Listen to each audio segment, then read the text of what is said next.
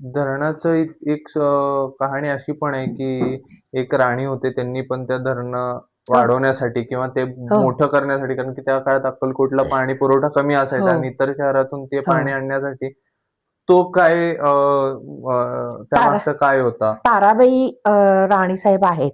म्हणजे राजर्षी छत्रपती शाहू महाराजांच्या पुतणी कागलचे बापूसाहेब महाराज आहेत त्यांची मुलगी फत्तेसिंग तिसरे यांच्या सौभाग्यवती म्हणजे राणीसाहेब. ओके. तर त्या फत्तेसिंग तिसरे यांचा मृत्यू झाल्यानंतर त्या रिजंट म्हणून त्यांनी काम केलेलं आहे. 1923 पासून ते 36 पर्यंत त्यांनी ते रिजंट म्हणून कारभार सगळा सांभाळलेला आहे राजाचा, संस्थांचा. आणि त्या काळामध्ये त्यांनी ते धरण वगैरे बांधलेलं आहे. त्यानंतर म्हणजे पाणी कमी होतं आणि एकतर अक्कलकोट हा भाग अतिशय कोरडा आहे, ड्राय आहे. आणि पाण्याचा मोठा तिथे स्रोत नव्हता आणि ह्या धरणामुळे पाणी साठून राहिलेलं होतं आणि